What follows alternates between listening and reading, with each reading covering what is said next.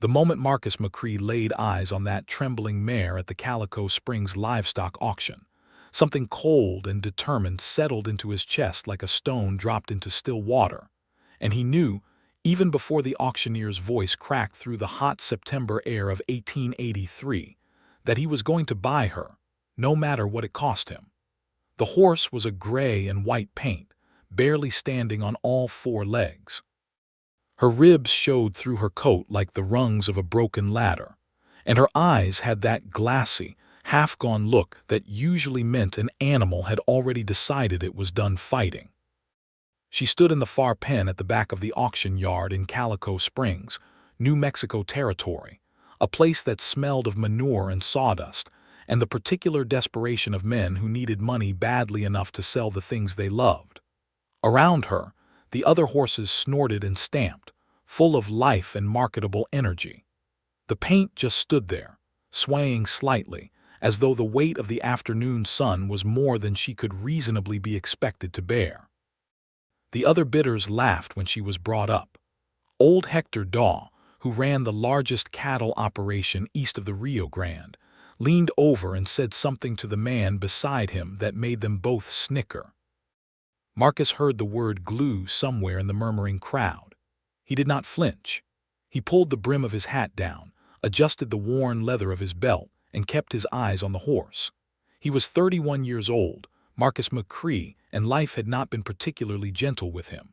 He had the kind of face that looked like it had been carved out of something harder than flesh, all strong jaw and dark brows, and eyes the color of creek water after a storm, gray-green and restless.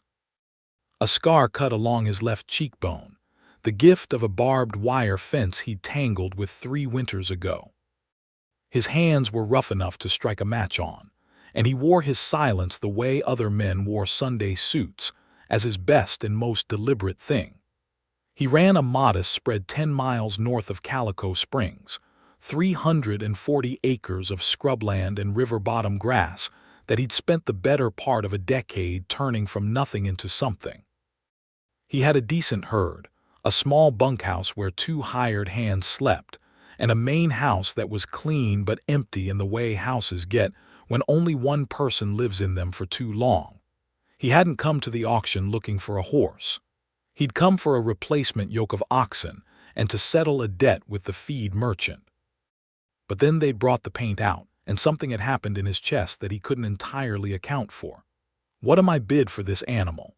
the auctioneer called, his voice carrying the mandatory optimism of a man paid to make the unsellable sound desirable. "She's had a rough season, folks. I won't pretend otherwise, but she's got good bone structure and she's young. 6 years, give or take. Who will start me at $5? The silence that followed was almost theatrical in its completeness. $5, Marcus said. Everyone turned to look at him. Hector Daw turned around in his seat and studied Marcus the way a man studies something he's not quite sure is serious. The auctioneer looked relieved. $5 to the man in the black hat. Do I hear 6? Anyone? Going once, going twice, sold to Mr. McCrae for $5. The gavel came down, and Marcus McCrae bought himself the Sickest horse at the Calico Springs autumn livestock auction. He paid the $5, arranged for the oxen separately, and then went back to the pen where they'd returned the paint.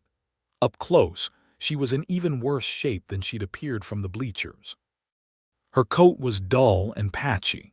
There were traces of some kind of poultice along her left foreleg, dried now, crumbling at the edges, but applied with what Marcus recognized as careful, knowing hands. Someone had been treating this horse, someone who knew something about what ailed her. He crouched down beside her leg and examined the remnants of the poultice more closely. It smelled of something herbal, willow bark, he thought, and something else he couldn't quite name, something green and medicinal. This wasn't a cowboy's rough patch job. This was specific. Someone had taken real care with this animal, not just slapped something on to make a sale go easier. He stood up and looked around the auction yard. He found the auctioneer, a small, harried man named Plotcher, counting receipts beside the main gate. "The paint," Marcus said. "Who brought her in?" Plotcher shuffled through his papers without particular enthusiasm. "Let's see. Paint mare, gray and white. Came in with a consignment from the Yates brothers. They cleared out old Horace Pemberton's property when he passed last spring. Pemberton Place, that's about 6 miles east on the Magdalena Road. There was someone nursing that horse, Marcus said. Someone put a willow bark poultice on her foreleg. You know anything about that? Plotcher squinted at him. Son, I move 200 head of livestock through this yard every season. I don't know who poulticed what. Marcus nodded slowly. He wasn't satisfied with that answer, but he accepted it for the moment as the only one available. He arranged to have the paint loaded carefully into his wagon, making a bed of straw in the flatbed so she wouldn't have to stand the whole 10 miles home. He drove slowly, watching her in the mirror of his own attention, alert to every stumble and sway. When he got her back to his place, he put her in the stall nearest the barn door where the air moved best. He gave her clean water and a little hay, just enough to see how she'd take it. She drank, which was something. She even nosed at the hay before turning away. That was something too. He sat on the stall rail that evening as the sun went down over the mesa, watching the horse breathe, and he kept thinking about those traces of poultice. About the careful hands that had applied it. About the fact that someone had tried to save this animal, had done real work toward that end, and then she'd ended up at auction anyway, half dead and bought for $5 by a man who'd surprised himself by raising his hand. He needed to know who that person was. He wasn't entirely sure why, but the need was real and quiet and persistent, the way the best and most important needs always are. The Pemberton Place was a 2-hour ride east on the Magdalena Road, and Marcus made it on a clear Tuesday morning 3 days after the auction, once he'd gotten the paint stable enough that he felt comfortable leaving her with his hired hand, Dewey, a lean young man from Texas who had a good instinct with animals. Keep her on the willow bark tea if you can get her to drink it, Marcus told Dewey before he left. Just steep the bark like you would regular tea, let it cool. Don't force her. Dewey looked at him with the mild surprise of a man who had not previously known his employer to have opinions about willow bark tea. Yes, sir, he said. The Pemberton Place turned out to be a modest homestead, adobe and timber, surrounded by the kind of organized neglect that happens when property changes hands quickly and without enough care. The kitchen garden had gone partially wild. The fence along the north pasture had a gap that someone had begun to repair and then abandoned. But the barn was different. The barn was clean and well kept, and it smelled, when Marcus rode close enough to notice, of the same herbal compound he detected on the paint's foreleg. There was a woman in the barn. She had her back to him, working at a shelf along the far wall, arranging small clay pots and bundles of dried herbs with the focused efficiency of someone who knew exactly what belonged where. Her hair was dark, pinned up in a loose braid that had mostly escaped its moorings and was falling around her shoulders in pieces.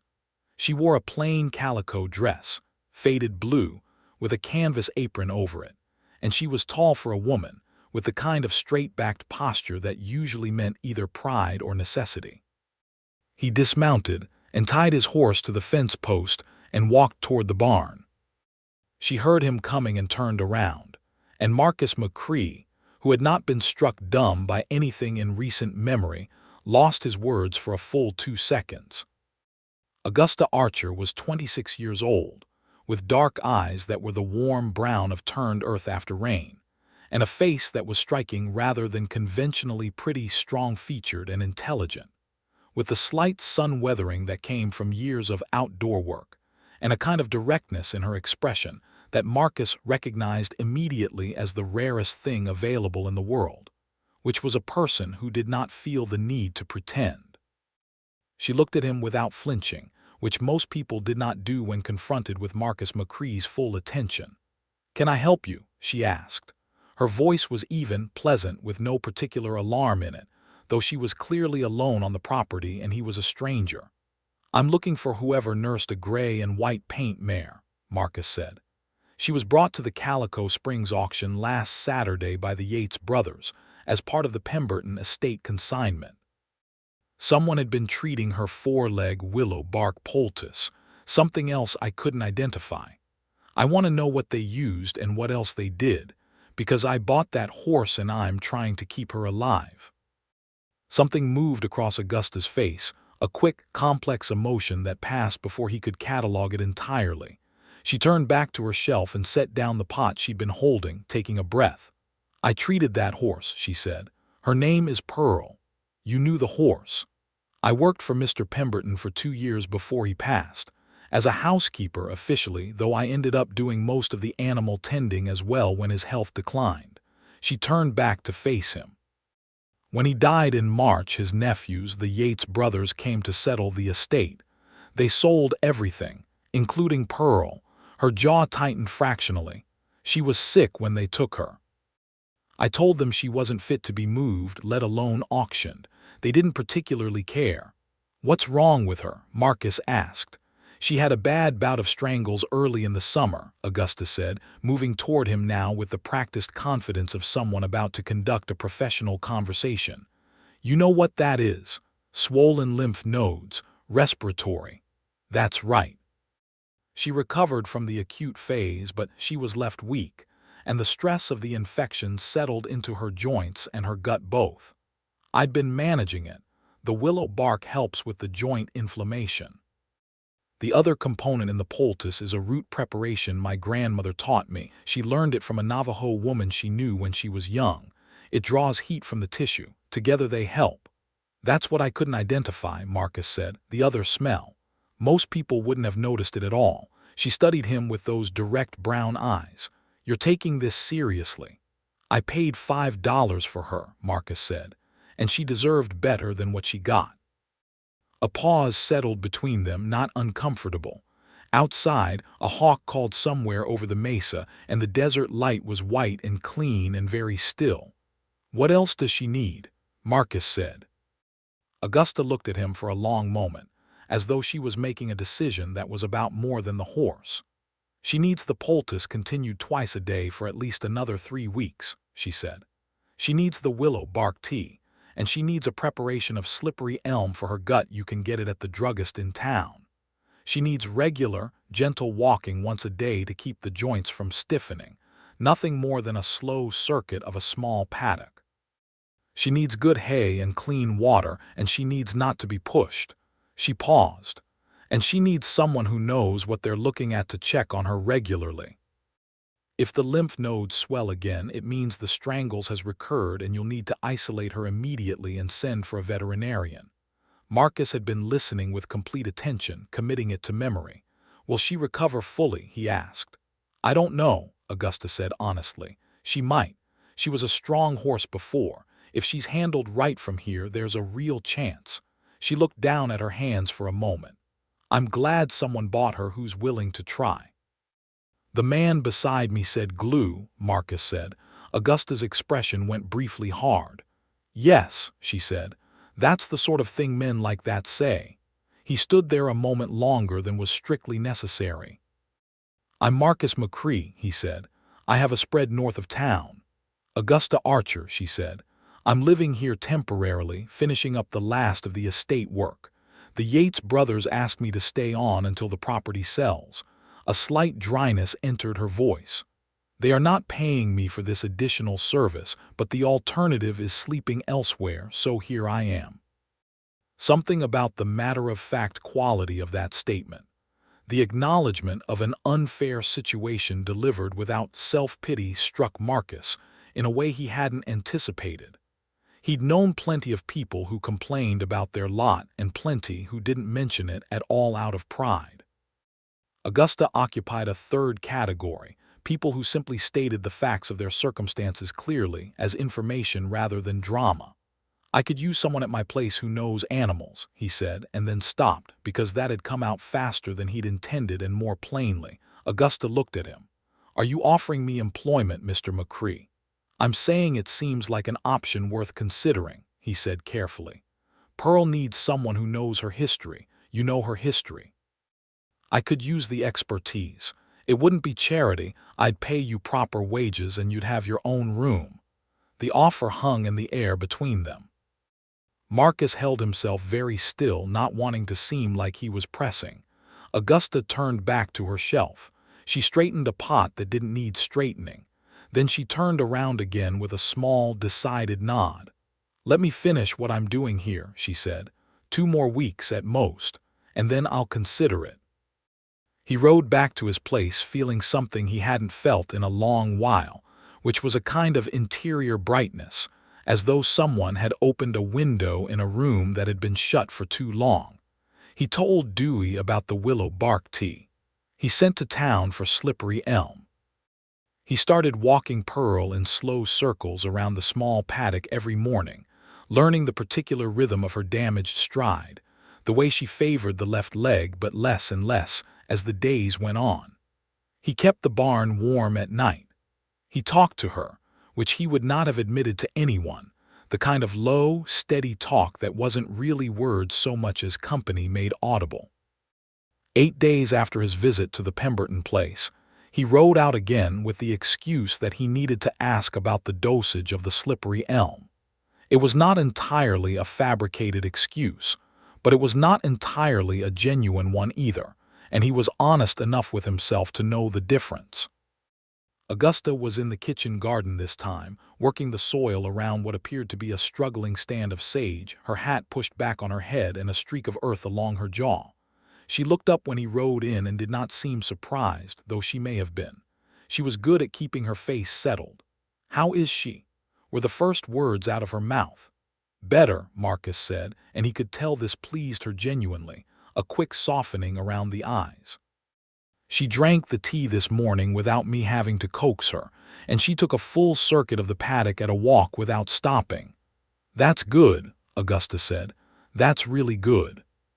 She pulled off her gloves and straightened up, brushing the earth from her apron. "What did you need?" he asked about the slippery elm dosage.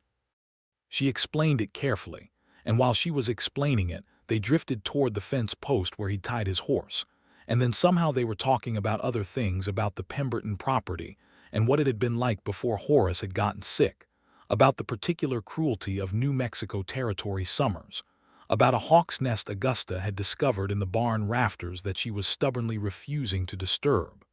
"They'll move on when they're ready," she said. "Hawks are sensible about that. They don't stay where they're not wanted."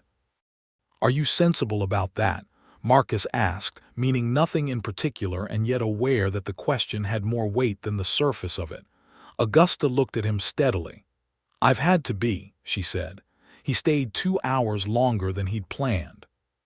When he finally left, he realized he'd learned, without quite intending to, that she'd come to New Mexico Territory from Missouri 6 years ago with a man named Thomas Archer, who had been her husband, who had died of typhoid fever in the summer of 1880, and that she had not gone home to Missouri afterward because she had nothing particular to go home to, her parents having both passed before she'd married, and because by then New Mexico was as much of a home as anywhere. He'd learned that she had a small savings put by from her work for Pemberton, that she'd had some schooling, that she read whenever she could get her hands on books, and that she had a deep, settled competence in the care of living things that was not a skill she'd been taught so much as a nature she'd always had. He'd told her in return less than she'd told him, because he was by habit a private man, but he'd told her that his parents had died of influenza when he was 19, that he'd worked cattle for other men for 8 years before saving enough to buy his own land, and that he'd been alone on the McCrae spread for 3 years. He said the last part simply, as a fact, the way Augusta stated her facts, and she received it the same way. On the ride home, the late afternoon light was turning the mesa gold, and the desert had that particular evening smell, dry grass and sage, and the faint mineral scent of cooling rock, and Marcus McCrae thought about a woman with dark eyes and earth on her jaw who talked about hawks being sensible. Augusta arrived at his place 16 days after his first visit to the Pemberton place. She came in a rented wagon with a trunk, a crate of her herb supplies, and a particular kind of quiet determination that suggested she had made this decision fully and was not interested in second-guessing it. Dewey's eyes went a little wide when he saw her, and then immediately respectful when she shook his hand and asked his name and thanked him for caring for Pearl. That was Augusta's way. She moved through the world as though everyone she met deserved to be taken seriously until they proved otherwise.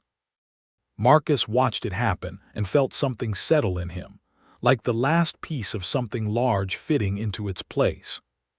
He showed her to the room at the end of the house, a small but decent space with a window that looked out over the east pasture. He put a lamp on the table and clean curtains at the window, and he'd done this quietly without mentioning it, and Augusta noticed it without mentioning it either. But her eyes went to the curtains and stayed there for a moment before she set down her bag. "Thank you," she said, "for all of it." "You're paying your way," Marcus said, because that was the important thing for her to know. "I know," she said, "I wouldn't be here otherwise." "I know," he said, "that's why I said it."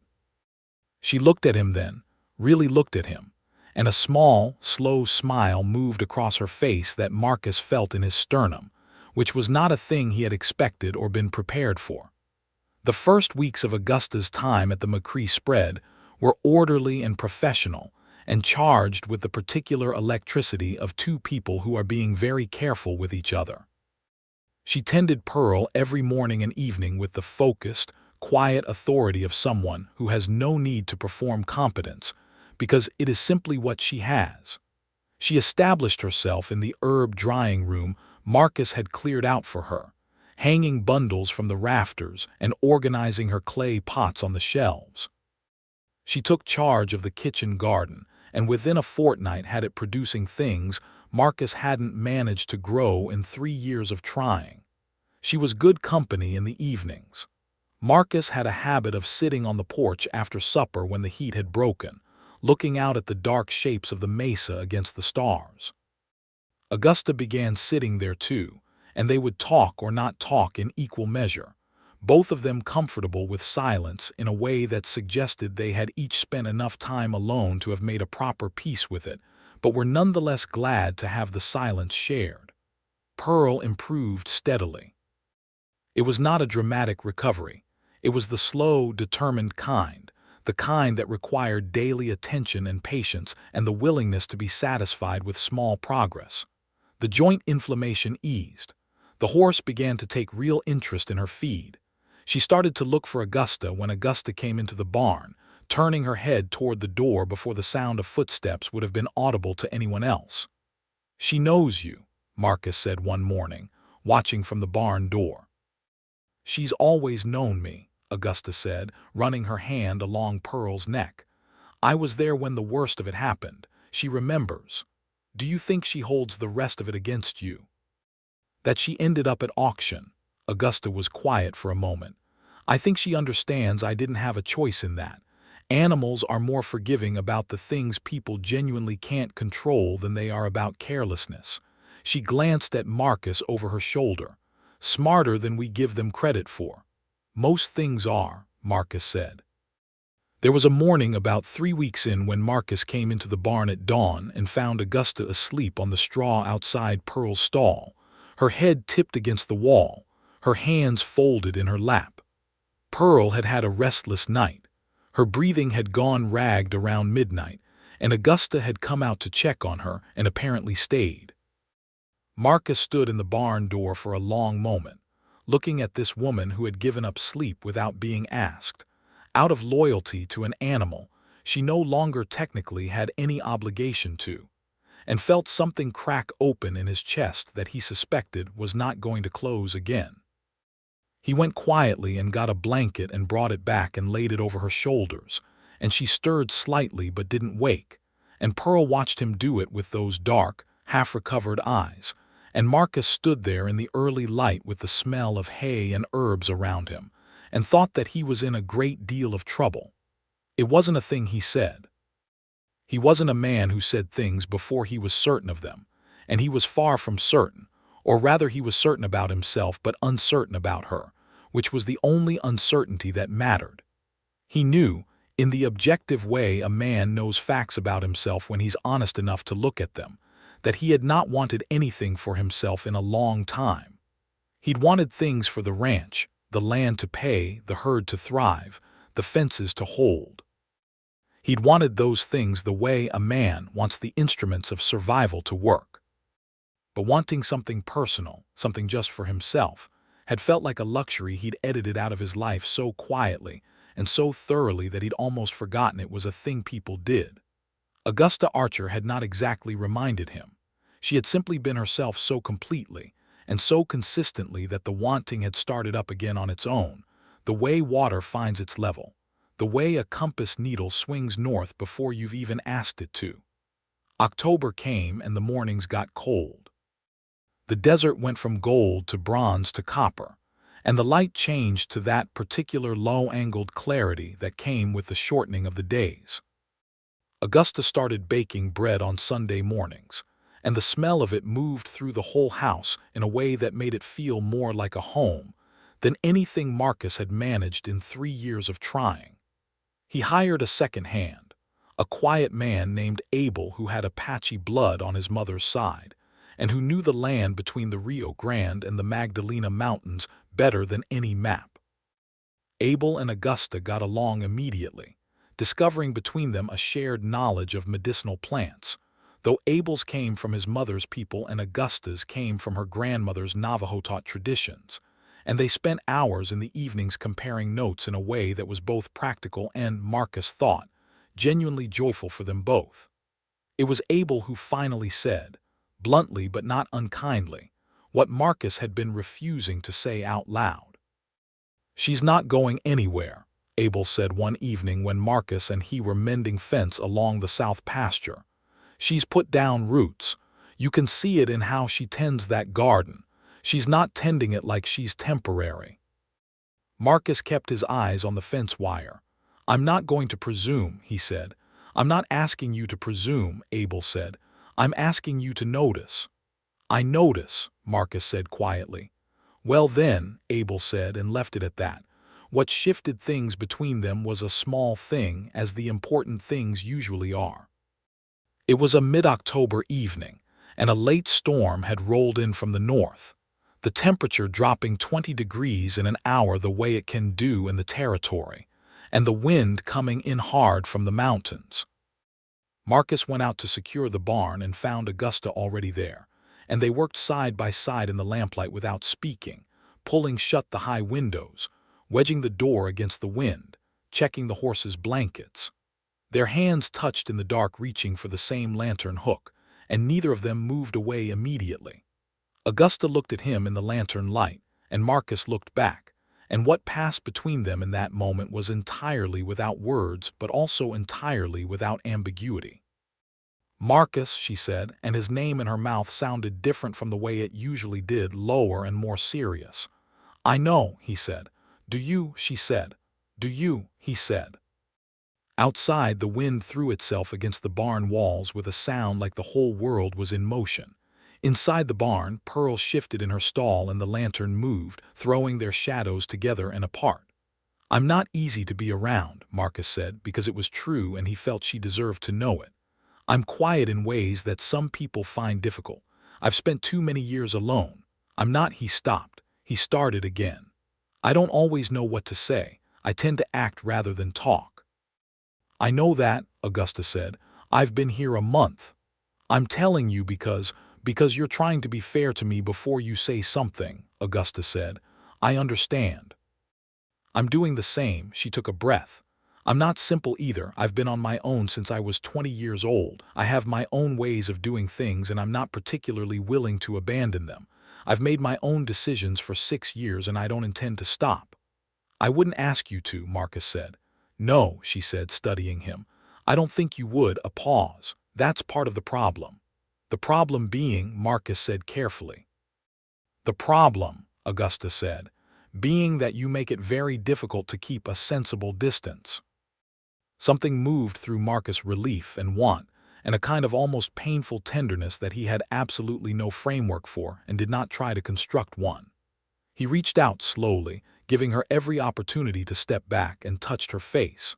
Just his hand against her cheek, his rough thumb along her jaw. She closed her eyes briefly, and when she opened them again, she was looking at him with an expression he could only call honest, which was the best word he had for anything about her. "I'm not in the business of keeping distance from things I actually want," he said. "I've done enough of that. "Neither am I," she said. "Not anymore." He kissed her then, in the lantern light with the storm outside and Pearl shifting softly in her stall, and it was not a tentative kiss or a polite one. It was the kind of kiss that happens when two careful people finally stop being careful, which is to say it was entirely sincere. After that, things between them were different in a way that was mostly interior. They were not demonstrative people by nature, either of them. But the ranch itself seemed to register the change, the way places do when the people in them are finally at ease. Meals got longer because they sat talking afterward. Morning chores got done more slowly because they were done in conversation. The house, which had been clean and empty, became clean and full, and the distinction was not small. Marcus loved her, and knew it fully by the time November arrived, but he did not say it because he was Marcus, and he needed to be sure she was ready to receive it in the way he intended it, which was permanently. Augusta, for her part, was navigating her own interior landscape with the thoroughness she brought to all things. She had loved Thomas, her first husband, in the uncomplicated way of someone who was young, and had not yet learned that love could be complex. His death had taught her, in the harsh, specific way that grief teaches, that she was more capable of solitude than she'd imagined, and more in need of connection than she'd wanted to admit. She had built a careful equilibrium over the 3 years since, and Marcus McCrae was disturbing it in ways that were not unwelcome, but were nonetheless significant. She watched him with Pearl and thought about what it meant that a man would spend $5 on a dying horse purely because he couldn't stand seeing something that deserved care go without it. She watched him with Abel, the easy respect he showed the man, the way he listened when Abel talked about the land. She watched him in the evenings when he thought no one was looking, sitting on the porch with the stars out, and the expression on his face was the expression of a man who was genuinely present in his own life, not absent or checked out the way some men are, but truly and thoughtfully there. She thought about Thomas and felt no guilt. Thomas had been a good man who had died too young and who would, she believed with quiet confidence, have wanted her to be happy. She thought about Missouri and felt nothing like homesickness. She thought about the Pemberton place and what it had felt like to have Pearl taken away and to stand there unable to stop it. And then she thought about the fact that a man she had never met had gone to that auction and bought that horse for $5 and driven slowly home, so the horse wouldn't be jostled, and learned about willow bark tea and slippery elm and ridden 10 miles to find out who had loved that animal before him. That was a man worth loving, she decided. Not because of the horse exactly, but because of what the horse revealed about him. She told him she loved him on a morning in late November, which was not when he'd expected it, which meant it landed with particular force. They were in the kitchen and she was making coffee and he was reading the previous week's newspaper, and she simply turned around from the stove and said, "I love you, Marcus McCrae." He looked up from the paper and looked at her for a long moment, and she could see by the expression on his face that he felt it fully and had been waiting to hear it. "I love you, Augusta," he said. "I've known it since October." "I've known it longer," she said. "I was just making sure." "Making sure of what?" "That it was the durable kind," she said. "Not just the exciting kind." He got up from the table and crossed the kitchen and took her face in both his hands and kissed her forehead, then her cheek, then the corner of her mouth, with a kind of deliberate, patient attention that made her understand clearly and completely that he was the sort of man who would do things carefully when they were worth doing carefully. "Is it?" he said. "The durable kind?" "Yes," she said. "Considerably."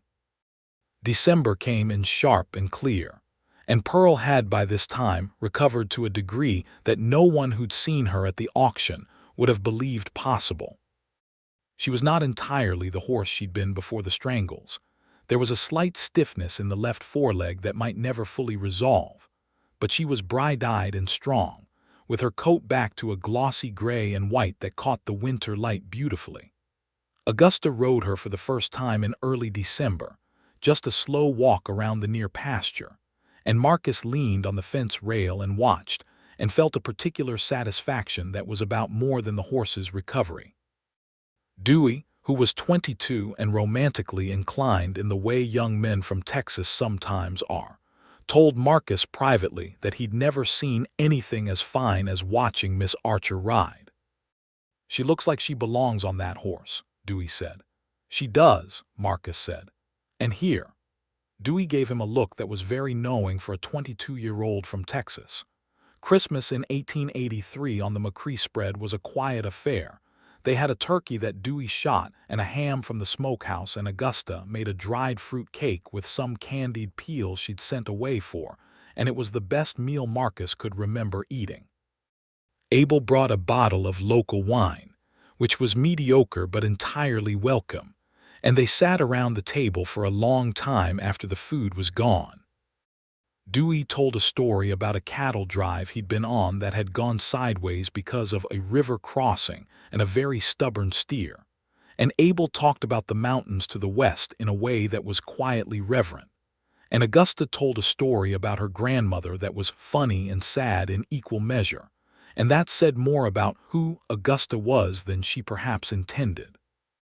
Marcus told them about buying the ranch, about what it had looked like when he'd first seen it, barely improved land that the previous owner had given up on, and about the specific moment he decided it was his. "The light," he said. "Late afternoon in March. The light came down through the clouds and hit the mesa, and I thought that. I want to look at that every day. So I signed the papers. That's all," Augusta said, smiling. "That's all I needed," Marcus said. She looked at him across the table with something in her eyes that was private and warm and entirely his.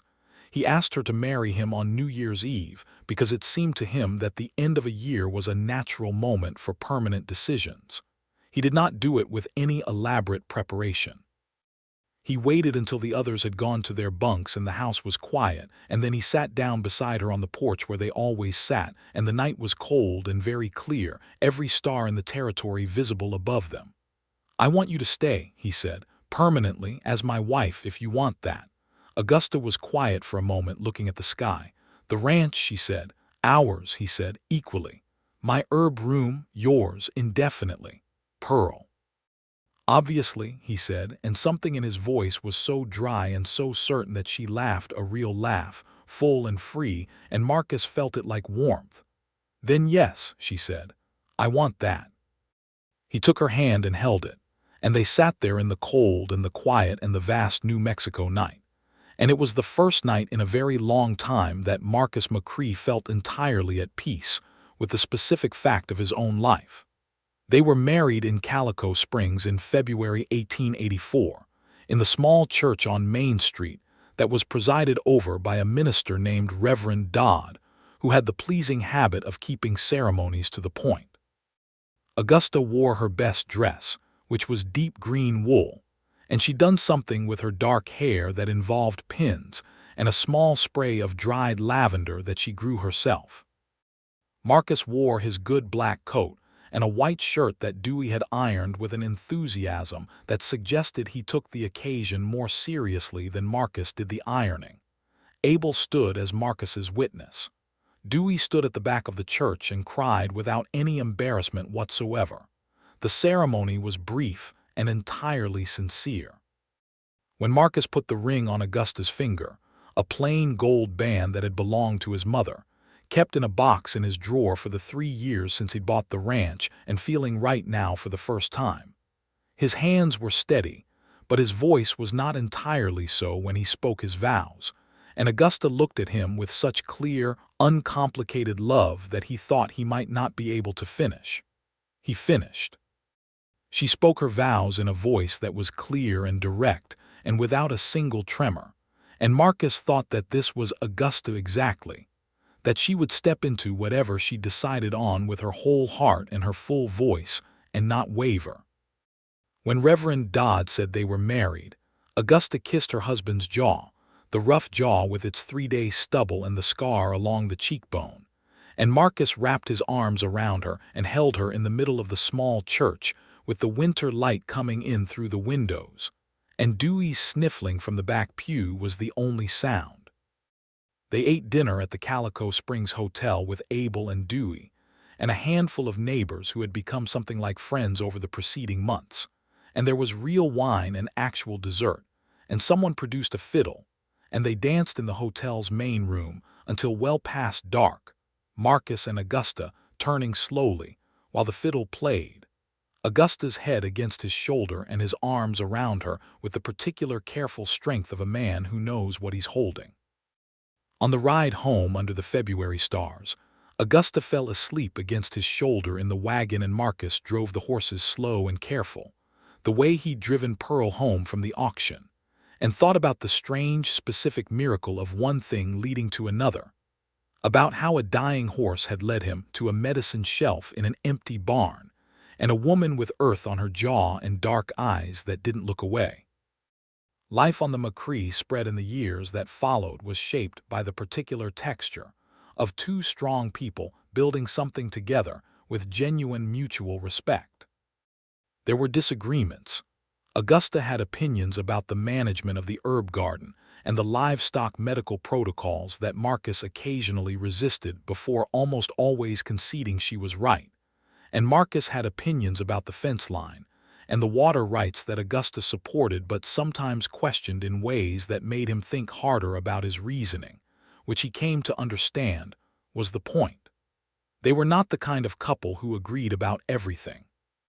They were the kind of couple who talked about everything, which was substantially better. Pearl became Augusta's horse in everything but official designation. She rode her daily throughout the spring and summer of 1884, and the mare continued to strengthen, the stiffness in the foreleg gradually improving to a level that was barely perceptible.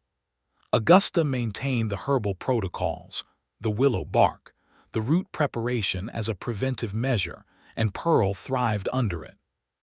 Marcus sometimes thought that Pearl was the physical evidence of everything he most admired about Augusta, which was her refusal to give up on things that had been given up on by everyone else. In the late spring of 1884, Augusta told Marcus she was expecting their first child. She told him in the barn because she'd gone to tell Pearl first, which Marcus thought was both illogical and entirely characteristic. "A baby," Marcus said in the barn, looking at his wife. "Yes," she said. "Due in November, I'd estimate." Marcus sat down on the nearest hay bale, not because he felt faint, but because the information required him to be closer to the ground while he processed it. "November," he said. "It's quite a lot of time to prepare," Augusta said, watching him with those steady eyes, a smile pulling at the corner of her mouth. "I'm not worried about time," Marcus said. He stopped. He started again. "I didn't know I was going to feel this way about it." He stopped again. "A family," Augusta said quietly. "A family," he agreed. He looked up at her. "That's what I wanted. I didn't know how to say that."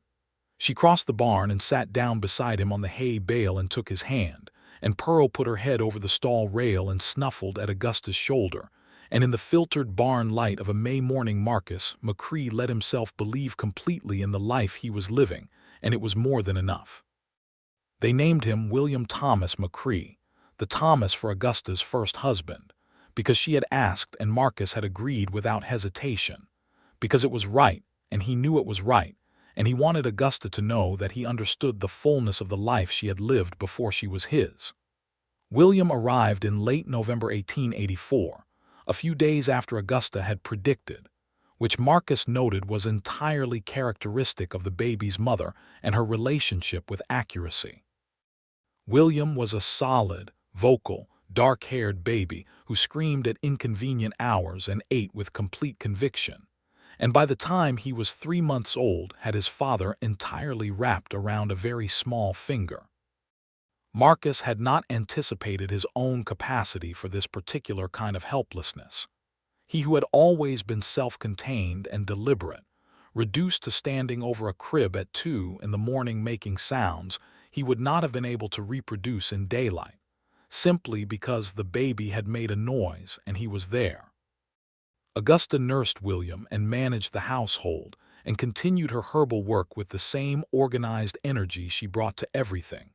sometimes with the baby strapped to her back in a wide cloth sling in the manner Abel had shown her, which left her hands free and William apparently entirely comfortable. Dewey left the McCrae spread in the spring of 1885. Following a girl he'd fallen for in town, Marcus gave him a good horse and a month's wages, and a handshake that lasted a little longer than most, and Marcus hired in his place a young man from the Mexican settlements to the south named Ernesto, who was 17 and determined and quietly brilliant with horses in a way that reminded Marcus of Augusta and made Augusta immediately fond of him. They brought him on permanently within the month. Abel remained. Abel would remain, Marcus suspected, as long as the land did. He'd built himself a small addition to the bunkhouse and kept a kitchen garden of his own and became as fixed a feature of the McCrae spread as the mesa it sat beneath. The ranch grew. Not dramatically, not through the kind of spectacular expansion that made men legends in the territory, but steadily and purposefully, the way Marcus did everything. He added land when land became available and he could afford it. He improved the herd carefully, trading for quality stock. He built a proper water system from the creek that ran along the northern border of the property. He expanded the barn. Augusta expanded the herb operation in ways that began as personal management and gradually became something more. Other ranchers' wives started coming to her for remedies, for croup in children, for infected cuts, for the joint problems that came with years of hard outdoor labor. She charged fair prices, sliding scale, more from those who could afford it and less from those who couldn't. By 1886, she had what amounted to a small apothecary practice, serving half the families within 20 miles. There was a woman named Carmen who came to Augusta in the winter of 1886 with a little girl who had a terrible lung cough. A thin, frightened woman whose husband had died and who had nowhere to go and not enough money to pay the doctor in town. Augusta kept them both at the McCrae spread for 3 weeks, tending the child with a preparation of thyme and honey and eucalyptus bark, and whatever else her considerable knowledge suggested. And when the little girl recovered, her name was Rosa. She was 4 years old and had huge dark eyes. Carmen cried the kind of tears that don't have words under them. Marcus paid Carmen's doctor bill from town when the doctor was finally summoned to check the child and give his official approval to what he found, which was a healthy child who should by rights have been much sicker. He did this without mentioning it to Augusta until Carmen had gone, and Augusta looked at him when he told her with the expression she sometimes got where her eyes went very bright. "You don't have to tell me why," she said. "I know why." "Good," he said. "Then I don't have to explain it." She kissed him, which he accepted with the brief, private smile that was his version of visible happiness. In 1887, they lost a pregnancy early. Augusta had known she was expecting for only a few weeks when she lost it, and the pain of it was real, but she moved through it with the same clear-eyed courage she brought to the other difficult things in her life, allowing herself to grieve without disappearing into the grief. Marcus held her without trying to fix it, which was the right thing to do and which he understood was the right thing to do, and they were closer afterward in the particular way that shared hard things make people close. The following year brought their daughter.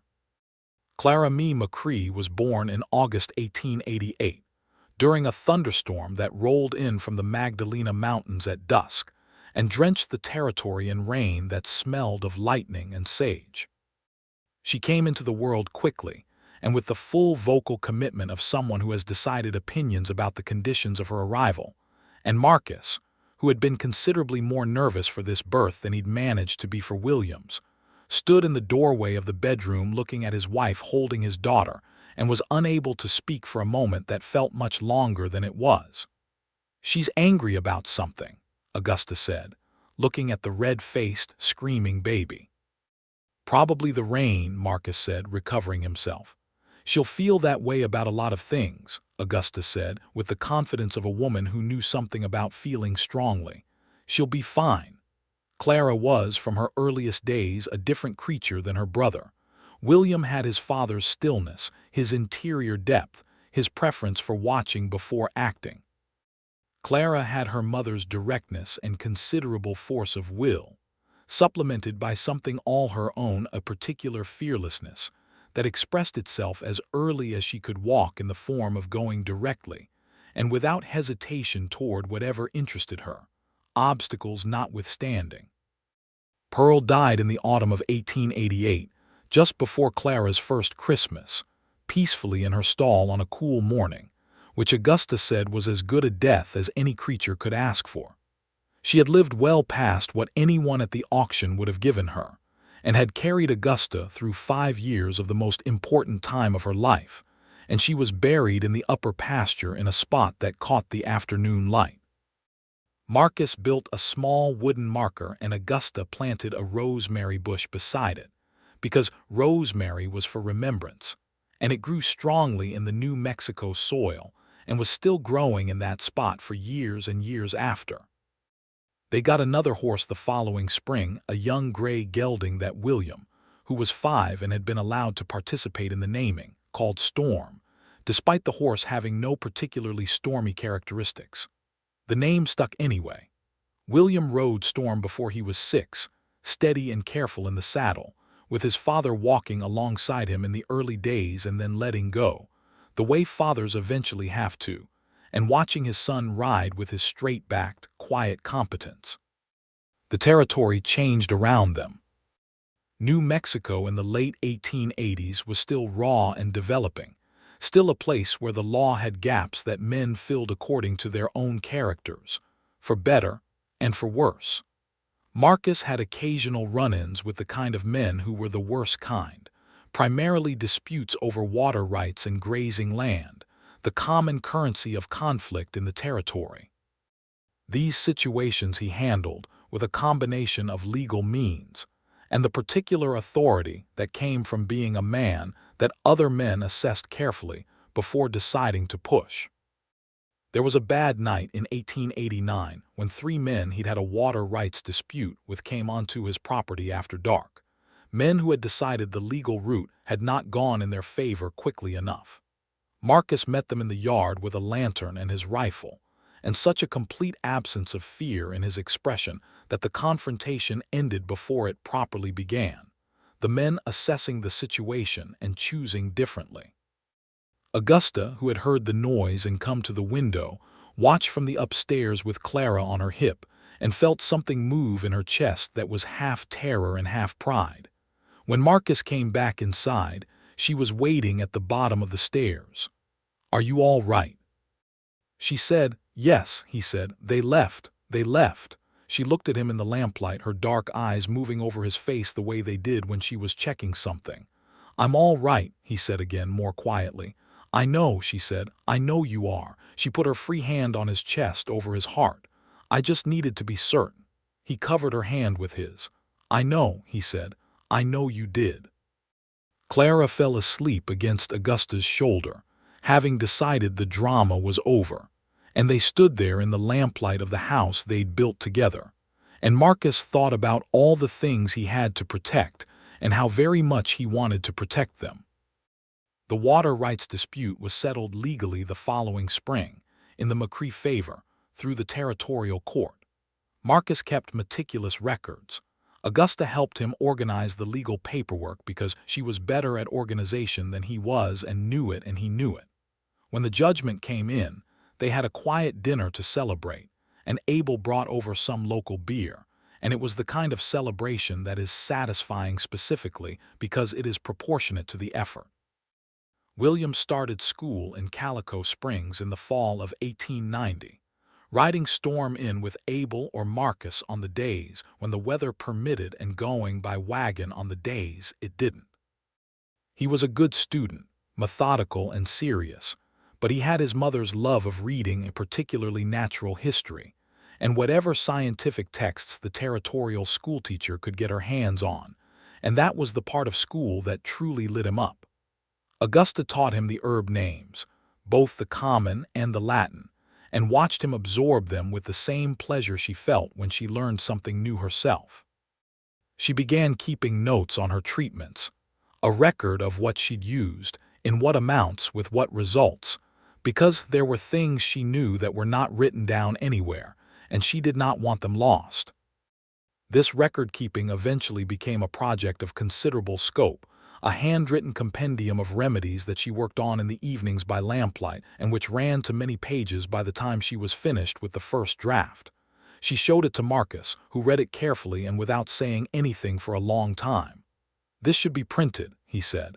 "That costs money," she said. "I know," he said. "We have money." She looked at him.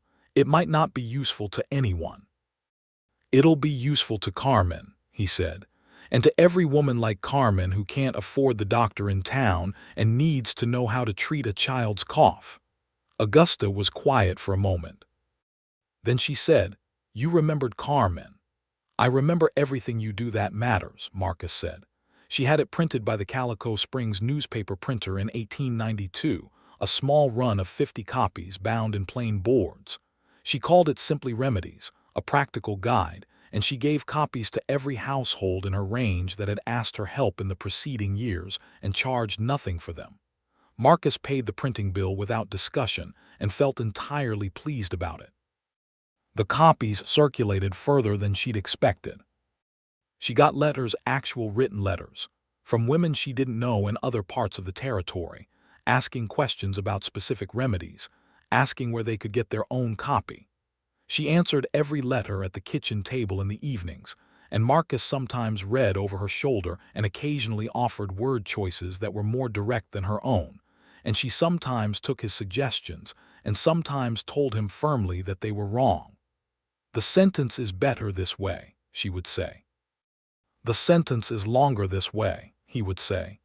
"It needs to be longer to be accurate," she would say, and she was usually right. Their life in those years had the quality of something real, not the polished version of a life, but the actual textured thing, with its difficulties, and its blessings mixed together in the particular proportion that makes existence genuinely livable. There were hard winters and good summers and animals that died and animals that were born. There was a drought in 1891 that made everyone in the territory anxious, and a winter that followed it that was brutal. There was a year when the cattle prices dropped enough that Marcus had to think carefully about expenditures, and a year after that when they recovered. There were the ordinary negotiations of two people living closely together, the forgiveness of small irritations, the accumulation of large tenderness, the way a marriage becomes its own country with its own language and customs and history.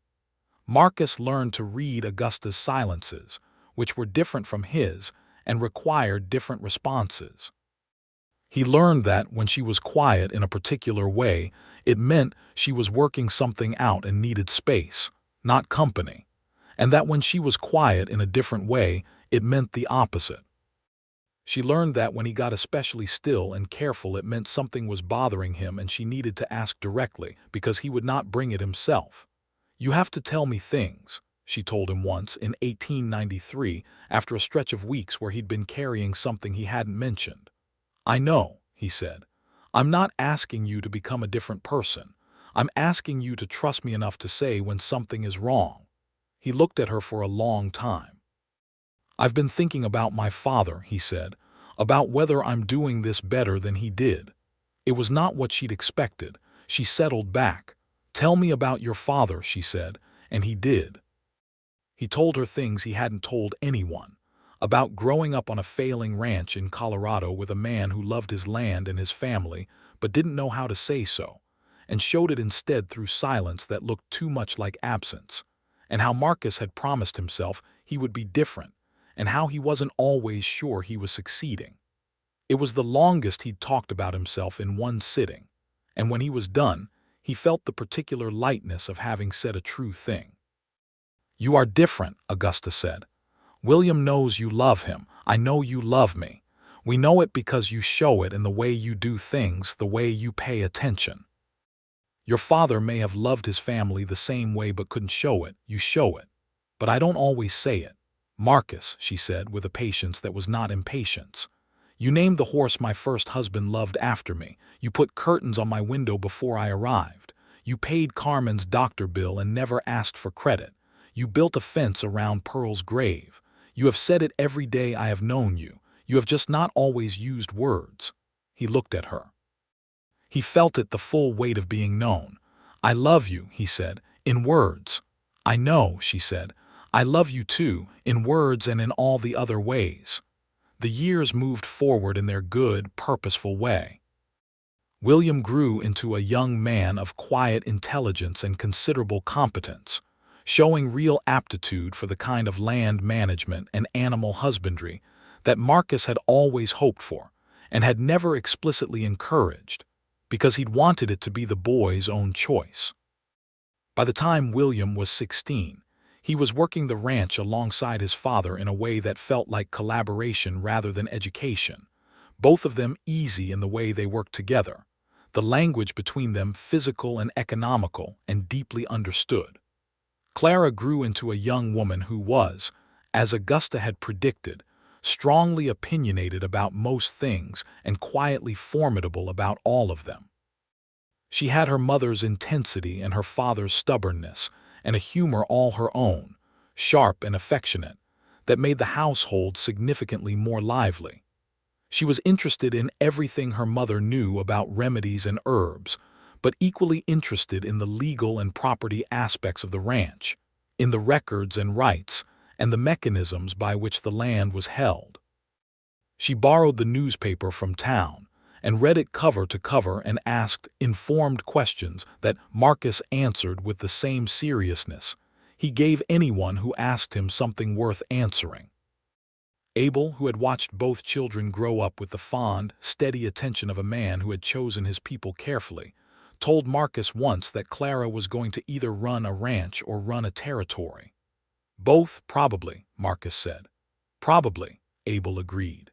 In 1895, Augusta was pregnant again, and this time she felt from the beginning that it was going well, a clean and uncomplicated feeling that turned out to be accurate. Their second son, James Abel McCrae, was born in May 1895, the middle name for the man who had been part of their family since the beginning.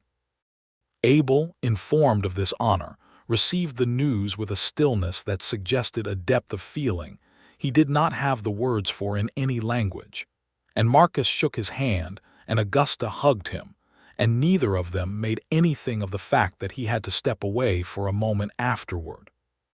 James came into the world with neither William's quiet nor Clara's fire, but with something different again, a particular sweetness of temperament that made everyone who encountered him feel welcome, a natural ease that would prove, in the years ahead, to be its own kind of strength.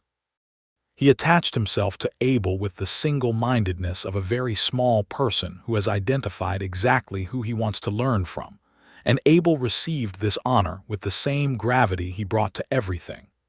The McCrae spread at the close of the 19th century was a different thing from the struggling scrubland Marcus had bought alone in the late 1870s. It was a working, productive ranch with a good herd and well-maintained land, and a reputation in the territory for the kind of fair dealing that meant something in a place where your word was still often the most binding contract available. Augusta's herb practice had grown into a recognized institution. Her compendium had been through a second printing in 1894, and she had become the person that other women, and increasingly men, sent for when the doctor in town was too far or too expensive or simply not enough. There was a particular evening in the fall of 1897 that Marcus thought about for years afterward. The children were asleep. James was 2.5. Clara was 9, William was 12, and Marcus and Augusta sat on the porch the way they always had, in the chairs they'd had for years, looking out at the mesa in the dark. The sky above New Mexico in October was absolute, stars so thick they seemed to have weight to them, a Milky Way band that stood above the mesa like a river running through the night. "Do you think about Pearl?" Augusta said, out of a silence that had been comfortable and had clearly contained this question for some time. "Sometimes," Marcus said, "when I ride the upper pasture.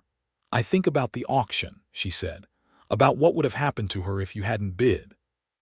The same thing that happens to most sick animals that nobody bids on, Marcus said. Yes. A pause. Why did you? You'd never seen her before. You didn't come to the auction for a horse. It was a question she'd never asked him directly, though he knew she'd wondered. He considered it properly. She was still trying, he said finally. She was half dead and she was still standing. That seemed like something that deserved a chance. Augusta was quiet for a moment. Then she said, "Is that why you came back to find me, to give that a chance too?" "I came back to find out who had loved that horse," Marcus said. "That was the truth of it. And then I found you and I needed to know who you were for entirely different reasons." "And now," she said. "Now I know," he said. "And I know who we are together.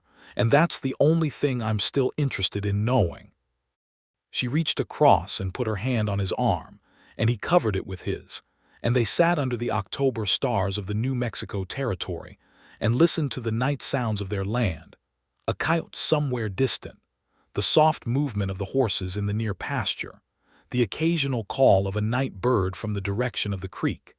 And it was more than Marcus McCrae had ever known how to want, back when he was a young man buying land he wasn't sure would support him. And it was entirely and completely his.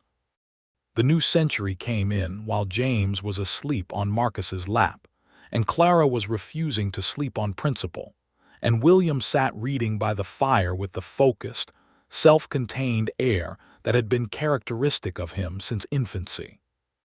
Augusta was in the kitchen making the hot cocoa that had become the family's New Year's tradition, real cocoa, a luxury she permitted herself without apology once a year. And Marcus sat in the main room with his children and listened to the clock on the mantelpiece and thought about the century that was ending. He'd been born in 1852. He'd lived through the Civil War as a boy in Colorado, known only its reverberations rather than its direct violence, but known them keenly. He'd come of age in the West at a time when the West was still being made, when the land was still something contested and uncertain, and he'd put himself in it fully and made something that held. Augusta came in with the cocoa, moving between the children with the sure, warm efficiency that was her constant mode, tucking the blanket around James without waking him, setting a cup beside William's book, ruffling Clara's hair over Clara's mild protest. She handed Marcus's cup last, and their eyes met over it, and hers held everything gratitude and love and the particular contentment of someone who has arrived, after considerable navigation, in exactly the right place. "New century," she said. "New century," he agreed. "Same us," she said. "Better us," he said. She smiled and sat down beside him, and James slept on between them, and the fire burned low and the clock struck 12 and a new century came quietly in over the mesa. The morning of January 1, 1900 was clear and cold and achingly beautiful. The sky, a deep blue bowl above the pale desert, and the mountains to the west white-capped with early snow. Marcus stood on the porch in the first light and breathed the cold air and felt it in his chest, clean and sharp, the start of something. Augusta came out with coffee, pulling her coat around her, her dark hair loose in the morning in the way he'd always loved best. "Abel's already in the barn," she said. "He's always already in the barn," Marcus said, accepting the coffee. "James will be right behind him as soon as he wakes." "I know," Marcus said, smiling. "He follows that man everywhere." "Just like his father followed a paint horse into a barn in Magdalena and found me," Augusta said. Marcus looked at her. "I didn't follow the horse. I followed the poultice." "Same thing," she said. "It really isn't," he said. "It really is," she said, laughing. "You smelled something that someone had made with care and you followed it until you found the person who'd made it. That's who you are, Marcus McCrae. You follow the things that someone has cared for properly." He thought about that.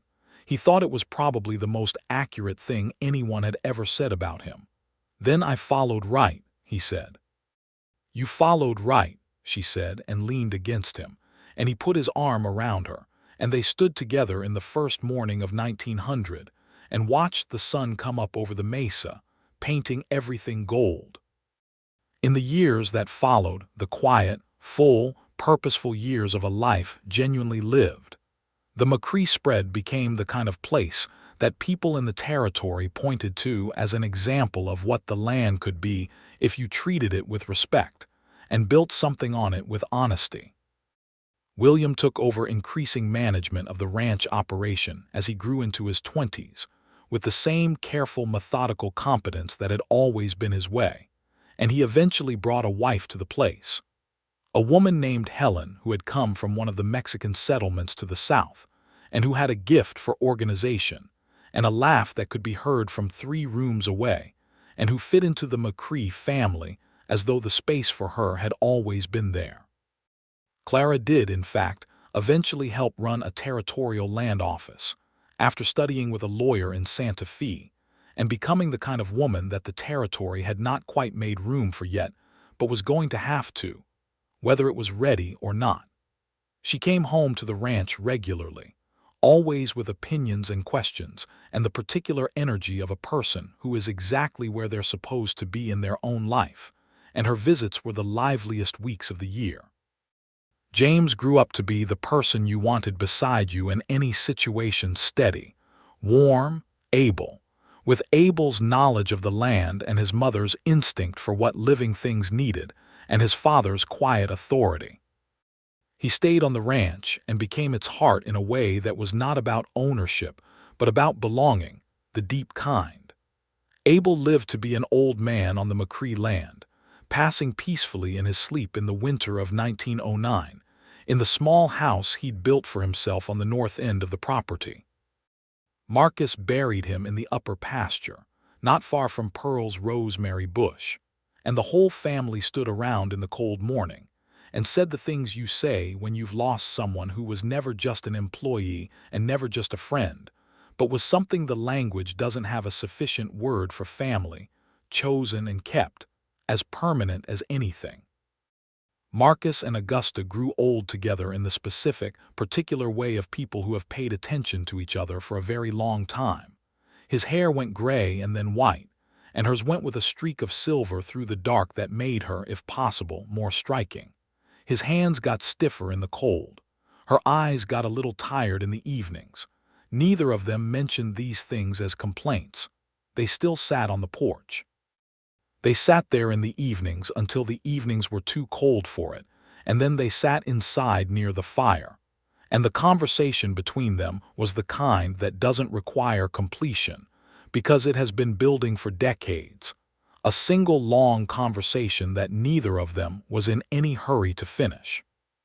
Marcus found Augusta in the herb room one evening in the fall of 1910, 26 years after he'd first seen her in Pemberton's barn, and she was writing something at the small desk he'd made for her years ago. She looked up when he came in, and she had that expression she sometimes got in the evenings, open and private at once. "What are you writing?" he said. "A letter," she said. "To Clara, telling her about the rosemary bush." "About Pearl," he said. "About Pearl," she agreed. "And about the auction, and about a man in a black hat who bid $5 on a dying horse." She paused. "I want her to know where we started from. I want her to know it's worth it, following the thing that someone has loved carefully, paying attention, coming back to ask the questions that matter."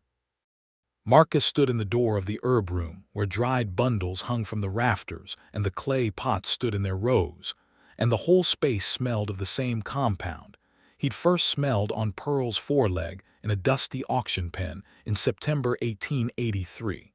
And he thought about how entirely improbable and absolutely complete his life had turned out to be. He crossed the room and sat down beside his wife and looked at what she'd written, and it was good, clear, and true, and told with the directness that was Augusta's best quality, and he didn't suggest any changes to the words. "Tell her," he said, "that the horse recovered completely, or close enough." Augusta smiled, that slow, full smile. "I'll tell her that," she said, "and I'll tell her about the curtains on the window and the rosemary bush and the printing bill." She paused. "And New Year's Eve." "Tell her all of it," Marcus said. "All of it is worth knowing." She put her hand over his on the desk, and outside the window the mesa was turning gold in the evening light the way it always had and always would. The same light that had convinced a young man to buy a piece of difficult land and build something on it. The same light that fell on Pearl's grave and Abel's grave and the growing ranch, and the 3 children and the life that had been made, steadily and truly.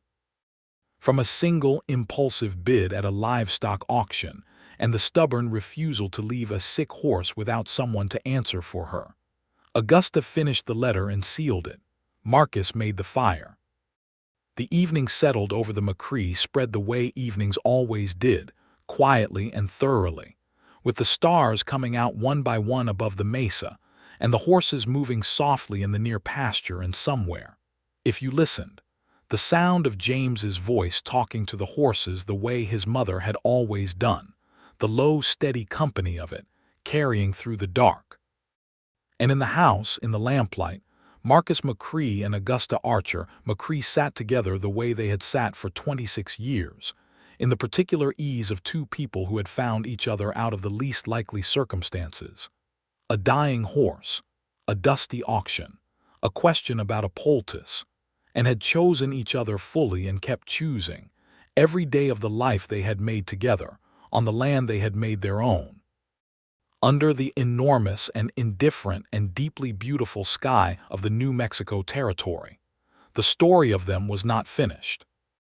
It would not be finished for many years yet, and even when it was, it would continue in the children and the land and the rosemary bush that grew strongly in the upper pasture, and the compendium of remedies that passed through many hands in many territories, and the memory, held by everyone who had known them, of what it looked like when 2 people got it right. But on this evening in this light, with the fire burning and the letter written and the horses settled and the mesa going dark against the stars, it was simply good, entirely and completely good, the kind of good that a person builds with their whole life, and that does not need any other word.